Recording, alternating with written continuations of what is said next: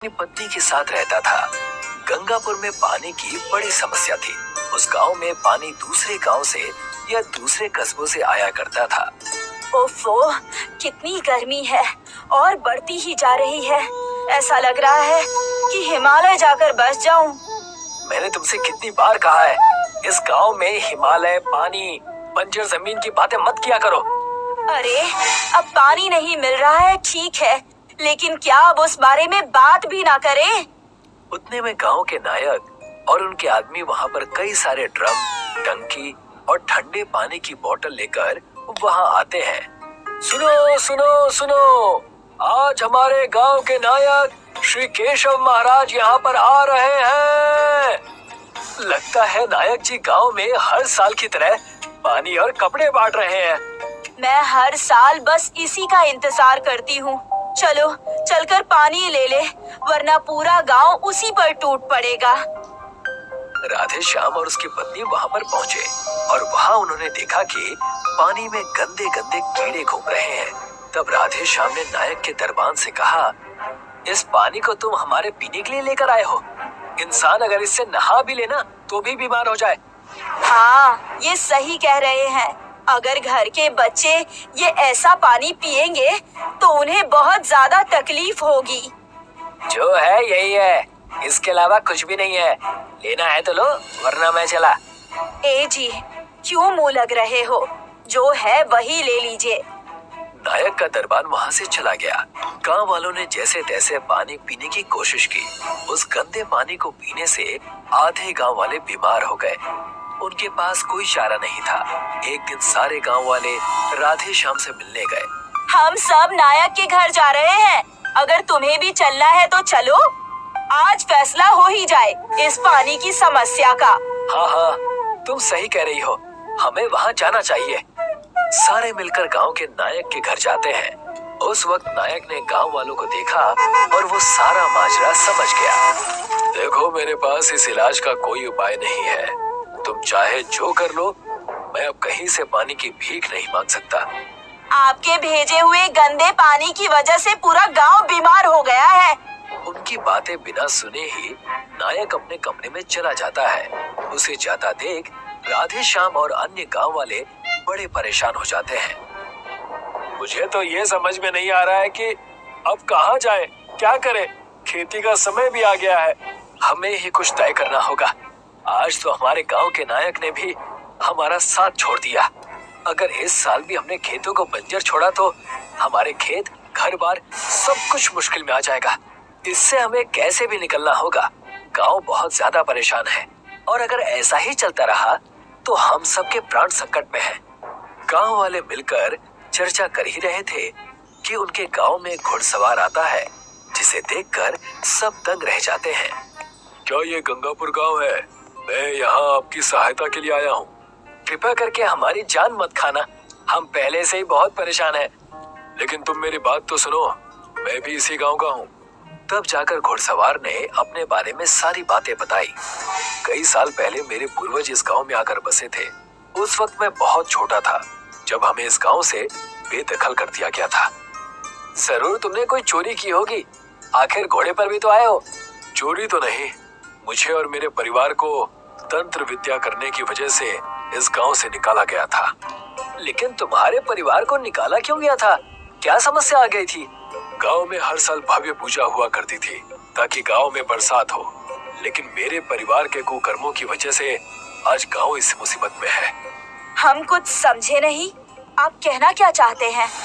ज्यादा लालच के चक्कर में मैंने उस वक्त उस पूजा से गांव के खेतों के जादुई बीज चुरा लिए थे। ये बात जब पंडित जी को पता चली तो मुझे और मेरे परिवार को गांव से निकलवा दिया। उस पूजा के फल स्वरूप भगवान ने हमें आशीर्वाद के तौर पर मुट्ठी भर जादुई बादलों के बीज दिए थे। लेकिन हमने भगवान का दिया हुआ आशीर्वाद चुरा लिया और इसी वजह से हमें निकाल दिया गया। बादलों के बीज? ये क्या होता है? वो बीज अब कहाँ है और उससे क्या होगा? उस बीज से हम बादल उगा सकते हैं। हर खेत में बादलों के पेड़ होंगे, जिससे गांव के खेतों को पानी मिलेगा। और उन बीजों को मैंने हमारे पुश्तैनी खेत में दफना दिया था, जिन्हें मैं आज लेकर आया हूँ। उस घुड़सवार ने अपने घोड़े से उतरकर अपनी झोली में रखे उन चमकते हुए बीजों को निकाला और गांव वालों को दिखाने लगा, जिसे देखकर सब दंग रह गए। राधे भैया, आप जाकर थोड़ा सा पानी लेकर आइए। राधे श्याम गांव जाकर गंदा पानी लेकर आता है। सब मिलकर खेत में जाते हैं। अब आप सब इस बीज की ताकत देखिएगा। मैं इन बीजों को अभी बो देता हूँ। आप सब कल सुबह आकर देखिएगा, ये बीज बादलों के पेड़ बन चुके होंगे। जैसे ही उस घुड़सवार ने उन बीजों को खेत में बोकर पानी डाला, पूरी रात गांव वालों ने इंतजार किया। देखते ही देखते उस खेत में से बादल बाहर निकल आया। ये कैसे हो सकता है? ये तो मुमकिन ही नहीं है। मुमकिन क्यों नहीं है? हमारे गांव में अब बरसात होगी। अब हम भी खुश रहेंगे। घुड़सवार ने अपने झोले से सारे बीज निकाले और पूरे गांव वालों में बांट दिए। सभी गांव वालों ने उसे ले जाकर अपने अपने खेतों में बो दिया और फिर सभी के खेतों में बादल उगाए। गांव में मानो जैसे खुशियों का मेला निकल आया हो। आज सबसे पहले मैं इन बादलों के पानी से नहाऊंगा। तब राधे श्याम ने कहा, वो सब तो ठीक है, लेकिन तुम अब तक हमारे गांव में क्यों नहीं आए? अगर तुम पहले ही आ जाते तो गांव में इतनी तकलीफें नहीं होती। मुझे इस गांव के नायक ने यहाँ आने से मना किया था। बस बस, अब हमसे झूठ मत बोलिए। नायक जी तो बड़े अच्छे हैं। गंदा पानी ही सही, उन्होंने हमारी कई सालों तक मदद की है।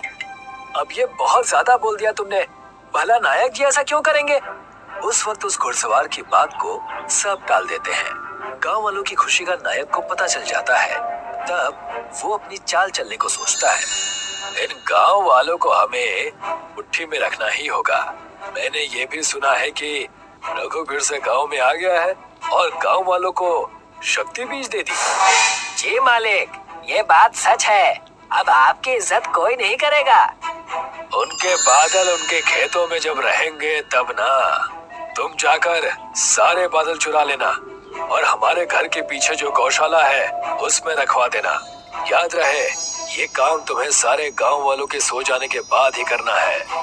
इससे क्या होगा मालिक? तो कहेंगे तुम हमेशा ही ऐसे रहोगे क्या? बादल चुराने पर सारे गांव वाले हमारे कदमों में आ जाएंगे। नायक के नौकर ने सारे गांव वालों के खेतों से बादल चुरा लिए और नायक जी के घर की गौशाला में रखवा दिए। जब सुबह हुई तो सारे गांव वाले उन बादलों को ढूंढने लगे और घुड़सवार से पूछने लगे, जरूर तुमने ही हमारे बादल चुराए हैं। तुमने आते ही अपना रंग दिखा दिया ना। 4 दिन की चांदनी फिर अंधेरी रात। अगर तुम्हें बादल लेने ही थे तो हमें बादलों के बीज दिए ही क्यों? लेकिन मैं उन्हें क्यों चुराऊंगा? तुम सबको बहुत बड़ी गलतफहमी हो गई है। ने एक तो बादल चुराए और अब हम गांव वालों से जुबान लड़ा रहे हो। उतने में वहाँ पर नायक का नौकर भागते हुए आया। चलो चलो, नायक जी का घर पानी से डूब रहा है। नायक जी की जान खतरे में है। हम कुछ समझे नहीं, आखिर ऐसा कैसे हो गया? नायक जी ने अपने घर के पीछे गौशाला में तुम्हारे बादल चुरा कर रखवा लिए थे, जिस वजह से उनके घर में बादलों की बारिश से बाढ़ आ गई है। और वहाँ जाकर देखते हैं नायक उस बाढ़ में फंसा हुआ होता है। बचाओ, मुझे कोई बचाओ, वरना मैं यहीं खत्म हो जाऊंगा। मुझे तैरना नहीं आता। बचाओ, बचाओ। नायक की मदद की आवाज सुनकर घुड़सवार और राधे श्याम दोनों उनके घर पानी में चले जाते हैं और नायक को बादलों की बारिश से बचाकर बाहर लेकर आते हैं। मुझे माफ कर देना, गद्दी की लालच के कारण मैंने ये फैसला लिया। मुझे माफ कर देना। तुम्हें माफ तो कर देंगे हम। पहले इन बादलों को सब अपने अपने खेतों में रखवाओ, उसके बाद तुम्हारा फैसला होगा। सबने बादल वहाँ से अपने अपने खेतों में लगवा लिए। इस नायक को हमें इसी हालत में छोड़ देना चाहिए। उम्र भर ये इसी गांव में रहकर पछताएगा, तब मजा आएगा। नायक को उसकी बुरी हालत में छोड़कर सबने घुड़सवार को गांव का नया नायक घोषित कर दिया और खुशी खुशी उस गांव में रहने लगे। आनंदपुर गांव में लालाजी की अंगूरों की खेती थी, जो उनका नौकर बलदेव उसे संभाला करता था। लालाजी बीच बीच में खेत देखने आ जाया करते थे। क्यों बलदेव, सब कुछ कैसा चल रहा है? सब ठीक है लालाजी। मैंने कल ही फसल में कीटनाशक दवाई छिड़की है। और जो मैंने नए बीज लाए हैं वो कैसे हैं? बहुत अच्छे हैं। ये देखिए, उन बीजों से मोटे मोटे अंगूर उग रहे हैं। अच्छी बात है। मोटे अंगूरों का ज्यादा दाम मिलेगा हमें। जी लाला जी। लाला जी ने बलदेव को पगार पर रखा था। बलदेव एक बहुत अच्छा किसान था, पर उसके पास खुद की जमीन नहीं थी। वो लाला जी के खेतों पर किसानी करता था और इसके बदले लाला जी उसे हर महीने तनख्वाह देते थे। रोज शाम 6 बजे बलदेव अपने घर के लिए निकल जाया करता था। एक दिन की बात है, बलदेव खेत पहुंचा और उसने देखा कि कई सारे अंगूर की गुच्छे गायब थी। कल यहाँ ढेर सारे अंगूर के गुच्छे थे, अचानक कहाँ गायब हो गए? पता नहीं, लगता है मुझे ही कोई आभास हुआ होगा कि यहाँ अंगूर लगे थे। खैर, जाने दो। बलदेव ने इस बात पर इतना ध्यान नहीं दिया और रोज की तरह अपना काम करने लगा। रोज रात 7 बजे वो अपने घर के लिए निकल जाता। अगले दिन भी वही हुआ। बलदेव अंगूरों के खेत पहुंचा और वहां कई अंगूरों के गुच्छे गायब थे। ये कैसे हो सकता है? मैंने कल ही यहाँ सच में अंगूरों के गुच्छे देखे थे। कुछ तो गड़बड़ है यहाँ पर। लगता है कोई मेरे अंगूरों को चोरी कर रहा है। अगर लाला जी को ये बात पता चल गई तो वो मुझे काम से निकाल देंगे। नहीं नहीं, मैं ऐसा नहीं होने दे सकता। मैं आज रात को उस चोर को कैसे भी पकड़ कर रहूंगा। बलदेव ने ठान ली कि रात को वो अंगूरों के चोर को पकड़ेगा। शाम के 7 बजे और बलदेव रोज की तरह अपने खेतों से निकल गया, पर इस बार वो अपने घर नहीं गया बल्कि पास के एक बड़े पेड़ के पीछे छिप गया। बलदेव ने अपने साथ एक लाठी ले रखी थी। आज रात को उस चोर की चटनी बना दूंगा मैं। फिर वो कभी भी मेरे अंगूरों को चोरी करने के बारे में सोचेगा भी नहीं। बलदेव खेतों पर नजर लगाए बैठा था। आधी रात हो गई लेकिन चोर अब तक आया नहीं था। अभी तक वो चोर क्यों नहीं आया? बलदेव परेशान था, पर फिर भी वो नजर रखकर बैठा था। आखिरकार सुबह 6 बजे जैसे ही हल्की रोशनी आई, रोशनी के साथ कुछ परियां उसके खेत में आ गई। बलदेव ने देखा कि उन परियों ने कुछ अंगूरों के गुच्छे तोड़ दिए। तो ये परियां हैं जो मेरे अंगूरों को चोरी कर रही थी। बलदेव दौड़ता हुआ खेतों में पहुंचा। आप सब तो परियां हैं, तो भला आप लोग मेरे अंगूरों को चोरी क्यों कर रही हैं? तो इस फल का नाम अंगूर है। हमारे परी लोग में ये नहीं उगाते, पर उस दिन हमने जब ये अंगूर खाए तो हमें ये बहुत पसंद आए। तब से हम इन्हें तोड़कर खा रहे हैं। पर आपकी वजह से मेरे मालिक मुझे नौकरी से निकाल देंगे। ऐसा क्यों? ये अंगूरों के बाग लाला जी के हैं। लाला जी हर महीने मुझे तनख्वाह देते हैं इन अंगूरों को उगाने के लिए। अगर आप लोग ऐसे ही सारे अंगूरों को खा लेंगी तो वो मुझे तनख्वाह नहीं देंगे और काम से भी निकाल देंगे। अरे रे, क्षमा कीजिए, हमें सब बातें पता नहीं थी। पर हमें ये अंगूर बहुत पसंद है, लेकिन हम तुम्हारे साथ भी अन्याय नहीं कर सकते। मेरे पास एक सुझाव है। क्या आप हमारे साथ हमारी दुनिया में आएंगे? आप हमें वहाँ अंगूर उगाना सिखा दीजिए और इसके बदले हम आपको ढेर सारे सोने के सिक्के दे देंगे। सोने के सिक्के? हाँ, और फिर हम अपने अंगूर खुद उगाना सीख भी जाएंगे। ठीक है, मुझे मंजूर है।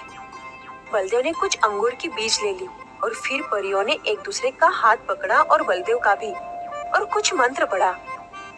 मंत्र पढ़ते ही बलदेव भी परियों के साथ उड़ने लगा। बलदेव परियों के साथ बादलों के ऊपर उड़ रहा था। परियां बलदेव को बादलों के बगीचे में ले आई। इस बगीचे में बहुत ही सुंदर सुंदर रंग बिरंगे फूल थे। ये तो अद्भुत है। बलदेव सारा बगीचा देखकर खुश था। मुझे समझ में नहीं आ रहा कि बिना मिट्टी के ये सब कैसे उग गए। ये बादल जादुई है। ये बादल बिल्कुल जमीन की मिट्टी की तरह है। इस पर जो भी बीज उगाओगे वो धरती की भांति ही उग जाएंगे। बलदेव ने उस बादल पर कुछ अंगूरों के बीज छिड़के और उसके बीज छिड़कते ही बीजों से अंगूर के पौधे निकल आए। काश धरती पर भी ऐसे आसानी से पौधे उगाए जा सकते। अंगूरों के पौधों को रोज पानी देना होता है और तो और इनकी जांच भी करनी होती है कि इनमें कोई कीड़े न लग जाए। एक परी ने जादू किया और उनके सामने एक छोटा बादल आ गया। अब ये बादल रोज इन अंगूरों को पानी देगा। धरती पर पौधों को कीड़े लगते हैं, यहाँ नहीं लगेंगे। यहाँ मिट्टी नहीं है ना? हाँ, वो तो मैं भूल ही गया था। अब हमें क्या करना होगा? कुछ नहीं, समय पर पानी और अच्छी खुराक देने से ये पौधे अपने आप अंगूर उगाएंगे।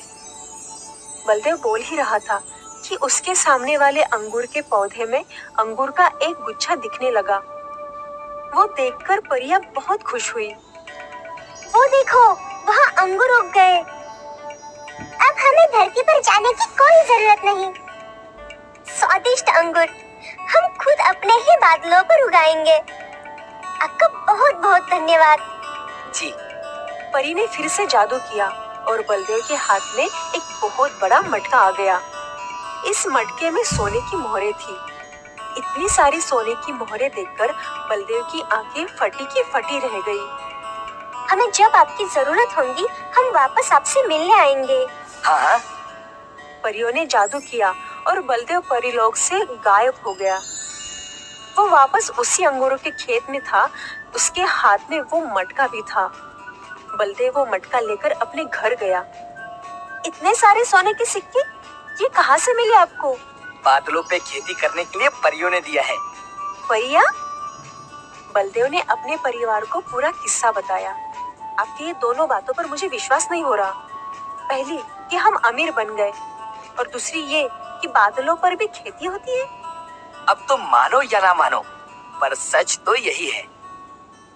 बलदेव ने बड़ा सा घर